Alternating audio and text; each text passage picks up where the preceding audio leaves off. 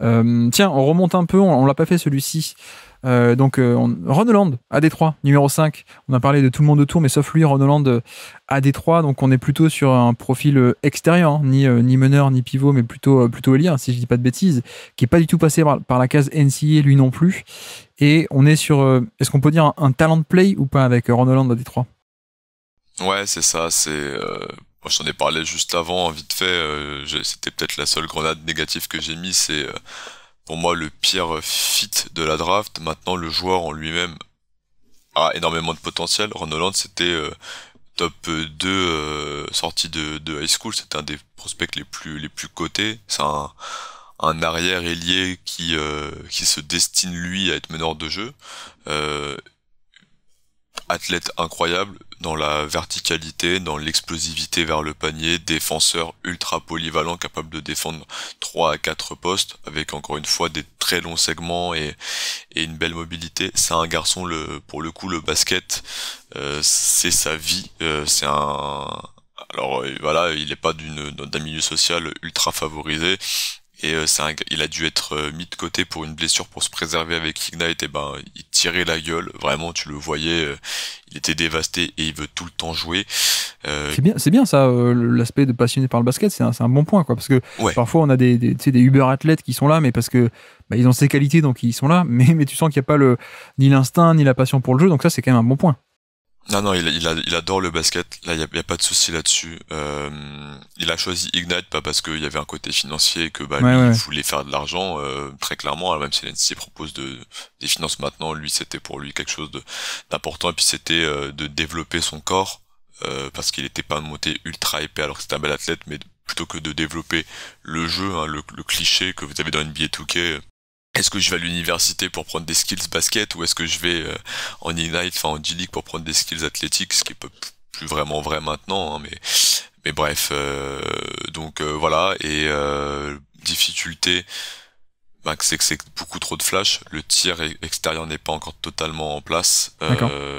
beaucoup de déchets là-dessus, et voilà, il y a beaucoup même de déchets dans le jeu, c'est que les flashs sont exceptionnels, mais faut les régulariser sur du haut terme, et puis ben mauvais drapeau jaune, contexte de draft où il tombe dans une équipe blindée sur ce genre de profil-là avec les Ivy, les Ozar Thompson, une équipe de potentiel brut avec un manque d'efficacité sur le tir à 3 points, et je vois pas du tout comment Ron Holland va réussir à apporter quelque chose de différent et va réussir à se développer. C'est très compliqué, donc à voir.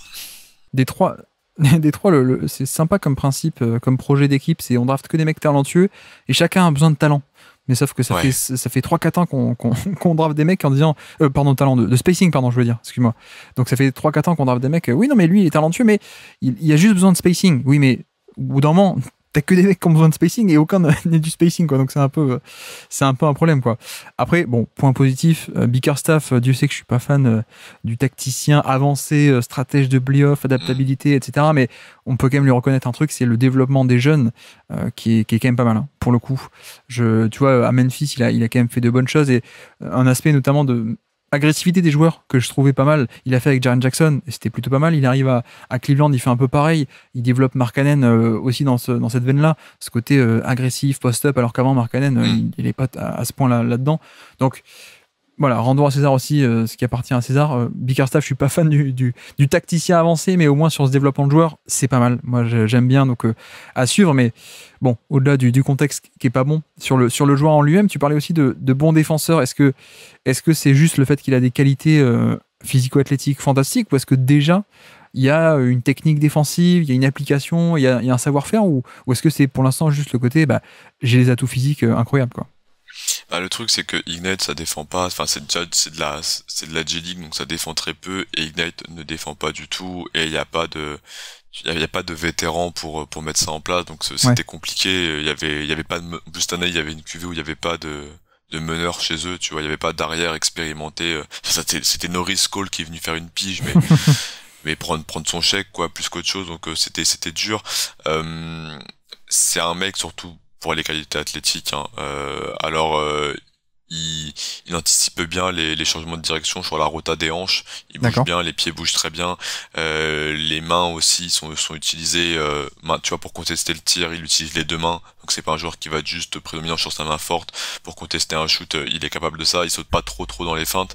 Voilà. Après, il a fait assez peu d'efforts de façon régulière sur tout le match, mais on voit que les attributs athlétiques et les moments clés où il doit le faire sont en avant pour être un fort défenseur sur l'homme. Loin du ballon, complexe à dire parce que D'accord. vraiment il y avait rien du tout, et au niveau lycéen c'est pas resté une star, donc il y avait rien du tout. Après, la plupart de ce genre de joueurs là en fait arrivent à plutôt bien à translater au niveau supérieur en NBA. Un Transposer. exemple qui ouais, pardon, excuse-moi. Non, non, je suis là pour ça.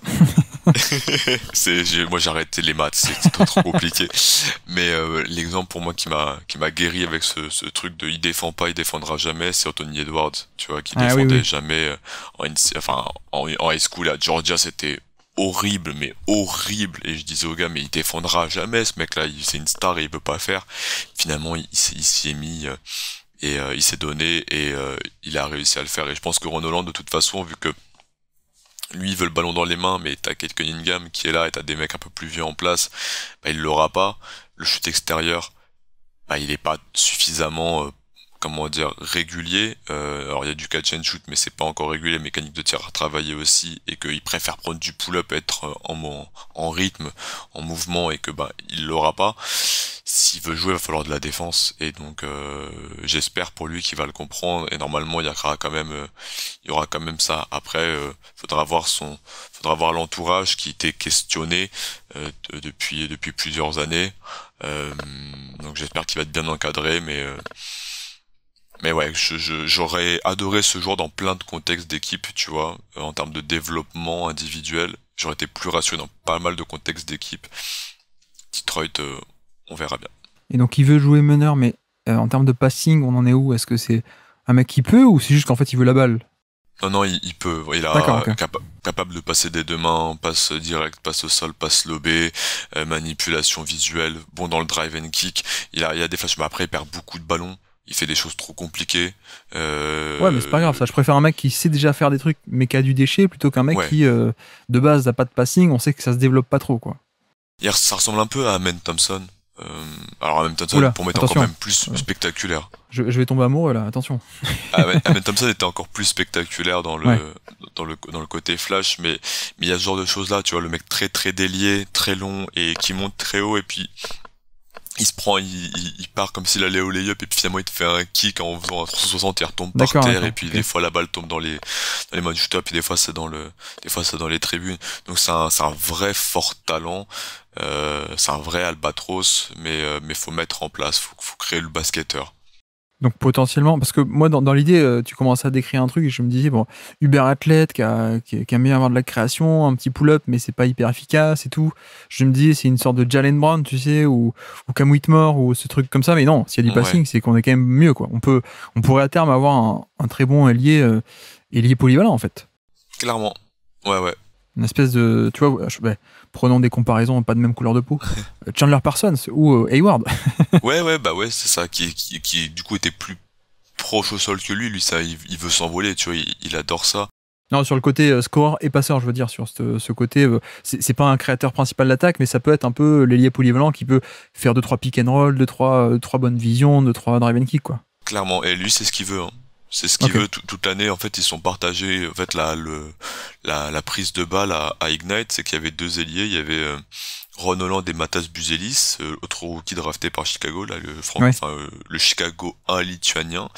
Et en gros, ils étaient blessés l'un puis l'autre. Donc, c'est eux qui ont pris la responsabilité balle en main tout le long. Et les deux ont eu les mêmes défauts de propreté. Et donc voilà, c'est un peu des mecs qui se sont vus point forward au niveau inférieur, et au niveau supérieur on aura peut-être voilà, du créateur secondaire au mieux, et eux ils vont tout faire pour être des créateurs principaux. C'est leur objectif. Ron Holland s'en cache pas, et lui il veut jouer vraiment balle en main un maximum de temps possible. Après, tu vois, on parlait du minutage avec Klingan. Et le fait que parfois c'est un indicateur ou en tout cas un point d'interrogation assez majeur de dire il est bon, mais sur un petit minutage de NCAA, est-ce que ça peut se transposer en titulaire NBA? C'est quand même, il y a 4 mondes d'écart, quoi. C'est vrai que là, pour Ron Holland, et pour Buzelis aussi, du coup, mais ça va peut-être être la première fois en NBA qu'on les voit tester dans un vrai contexte. Est-ce qu'on peut dire un truc comme ça ou en termes de est-ce que c'est juste, mais d'après comment tu décris la Ignite, j'ose faire cette comparaison, mais il y a un peu ce truc aussi de, tu vois, tu parles de athlète, tu parles de passing, tu parles de plein de trucs, de un talent brut en fait, mais il y a peut-être aussi le point d'interrogation de ce talent brut qui pourrait sur le papier faire plein de trucs, et on va voir qu'est-ce que ça donne quand il est passé au révélateur de enfin un vrai niveau de compétition en fait. Clairement, oui. Enfin, Ignite, c'était une foire de développement et c'était surtout voir un rythme NBA, être vu par des gens NBA et développer son corps. Enfin, tu vois, Buzelis a été on a plus parlé que Ron Holland, mais Buzelis, il disait je voulais travailler avec des pros et je voulais devenir puissant et je voulais devenir plus épais. Lui, c'est d'ailleurs ce qu'il a fait toute l'année, du développement athlétique et tout le produit marketing de Buzelis, ça a été sur regarder comment il s'est épaissi, comment il a changé physiquement. Hollande, c'était pareil. Ils ont pas vu de basket organisé, de vrai basket organisé de leur vie. Enfin, donc là, il va y avoir pour la première fois un cadre, je l'espère. J'ai fortement confiance dans les capacités de Cade Cunningham à créer et organiser du jeu. J'aime beaucoup Jalen Duren en tant que intérieur, mais qui peut donner de l'espace et de la créativité aux gens qui jouent autour de lui. Donc en vrai, j'y crois, tu vois, au projet Detroit, avec un Ivy ou un Thompson ou un Holland. Faudra juste qu'il y en ait un des trois et pas forcément les trois. Il y a de la place pour ça. Et Cade Cunningham en plus peut partager le ballon et aussi jouer, tu vois, en tant que finisseur. Donc il y a de l'espace, faudra savoir lequel des trois peut le faire. Mais Ron Holland, vrai beau potentiel et dans du jeu placé avec un vrai rôle défini et une attente des objectifs clairs de développement, ça peut être ultra intéressant. Merci d'avoir écouté cet extrait. S'il vous a plu, l'émission complète est disponible en description et on se donne rendez-vous sur le feed principal du Basket Lab pour l'intégralité des podcasts. À bientôt.